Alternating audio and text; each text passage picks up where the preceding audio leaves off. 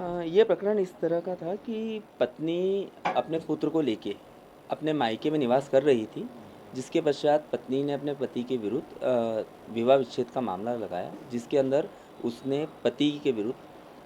अपने पुत्र के संपूर्ण भरण पोषण, शिक्षा और रहने सहने इन सब का खर्च की मांग की गई थी। इस प्रकरण में जो पत्नी है वो खुद एक मीडिया समूह में कार्य करती है, जिससे उसको 58,000 रुपये प्रतिमाह आय भी प्राप्त होती है। उस पत्नी ने जो अपना केस लगा उसमें 50,000 रुपये प्रतिमाह बच्चे के भरण पोषण के लिए मांग की गई थी। न्यायालय ने ये पाया कि चूँकि दोनों ही पक्ष कार्यरत हैं, पति भी कार्यरत है, पत्नी भी कार्यरत है, और पति ने की तरफ से हमने ये भी बताया कि भले ही हमारी पत्नी हमसे अलग रह रही है, बच्चे के साथ अलग रह रही है, तब भी हम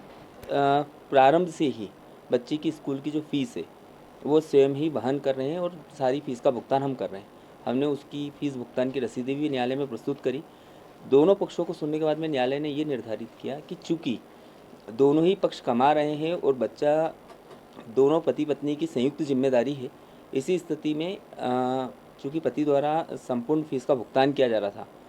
तो न्यायालय द्वारा ये निर्धारित किया गया कि पति बच्चे के शिक्षा खर्च जो है वो वहन करते रहेगा, और पत्नी जो है बाकी की भरण पोषण का, बच्चे का भरण पोषण की जो भी व्यवस्था है वो पत्नी अपने स्वयं के उससे आय से वहन करेगी। ये संभवतः पहला मामला ऐसा है जिसमें न्यायालय द्वारा दोनों ही पक्ष की आय को देखते हुए बच्चे की जिम्मेदारी संयुक्त रूप से निर्धारित की है।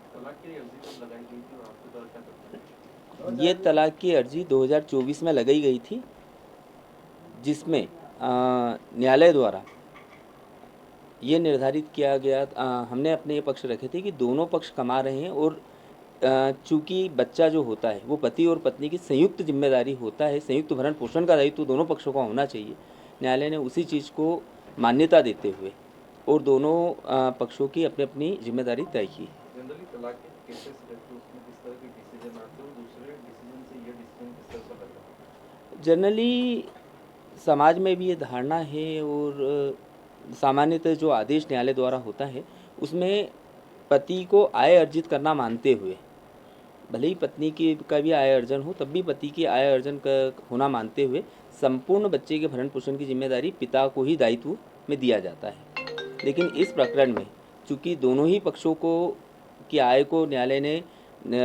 ध्यान में रखा और ये निर्धारित किया कि दोनों की संयुक्त जिम्मेदारी, केवल एक अकेला पिता ही जिम्मेदार नहीं है बच्चे के संपूर्ण भरण पोषण के लिए, माता भी उतनी ही जिम्मेदार है अपने पुत्र के लिए। कोई विशेष कोई टिप्पणी की गई है न्यायालय द्वारा आज के परिप्रेक्ष्य को देखते हुए और आज की महिलाओं के आय अर्जन क्षमता को देखते हुए ये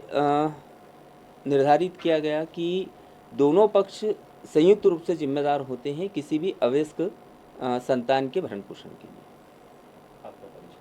मेरा नाम पंकज खंडेलवाल एडवोकेट है। मैं सन 2007 से इंदौर जिला एवं सत्र न्यायालय तथा कुटुंब न्यायालय में वकालत का व्यवसाय कर रहा हूँ।